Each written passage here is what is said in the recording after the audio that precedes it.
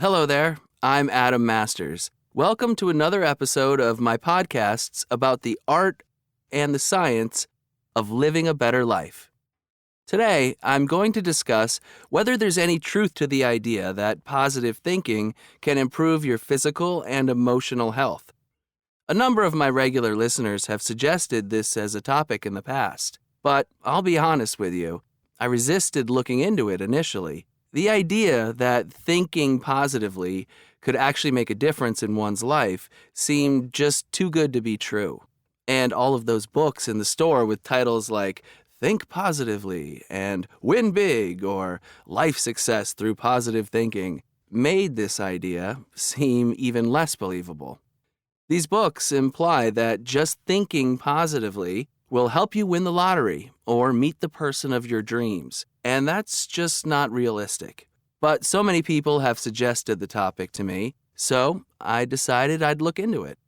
What I found surprised me. There are quite a few studies that strongly suggest positive thinking can enhance your life and improve your sense of well-being. Before I discuss those studies, however, I want to clarify exactly what I mean when I refer to thinking positively. Some of the books I mentioned earlier talk about welcoming positive thoughts into your heart in order to get a promotion at work, or suggest that you can become rich just by thinking about accumulating wealth. That's not the kind of positive thinking I'm discussing. I'm talking about everyday optimism, which dictionaries define as feelings of hopefulness and confidence about what's going to happen. So, not positive thoughts about specific positive outcomes, but general feelings of positivity about what the future will bring. Okay, now let's get into what the studies have found about the impact of positive thinking.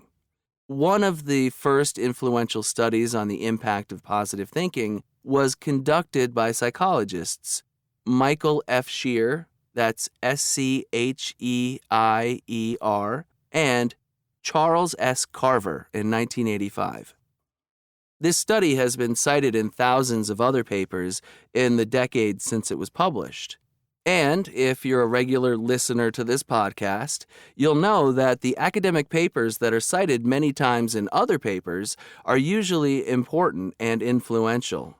Shear and Carver developed a simple self-report questionnaire that people could take to determine how optimistic they are. And what they and others found when analyzing the results of those questionnaires was fascinating. People who consider themselves optimists don't just think positively, they act positively too. They actively try to solve problems and make bad situations better.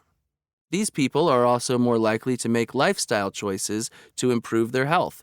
They exercise, eat healthily, try to get enough sleep, and so on. Further, other studies show that positive thinkers generally experience less anxiety, less depression, and less stress when faced with tough situations, compared with people who are pessimistic by nature.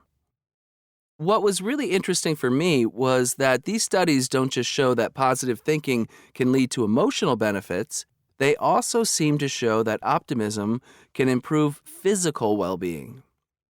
The evidence suggests that optimistic people are less likely to experience health conditions like heart disease and stroke, less likely to have to go back into the hospital after having surgery, and this is a big one, more likely to live longer. From what I have seen, the evidence for positive health outcomes is not as strong as for benefits to emotional health. But anything that has the potential to help us live longer seems worth mentioning to me. If you've listened to my podcasts before, you'll know that I rarely stop at explaining one study, and this episode is no exception. I'm going to summarize the findings of several other psychologists shortly. But the Shear and Carver study really opened my eyes. I'd pretty much dismissed positive thinking as something that was too good to be true. But their work not only made me reconsider my position, it made me reconsider my life. Since I first learned of their work, I've made a commitment to adopt a more positive, optimistic outlook on life. In short, I've made a conscious choice to look on the bright side more often. And I even try to smile more and frown less. Okay, now let's discuss some other studies with similar findings.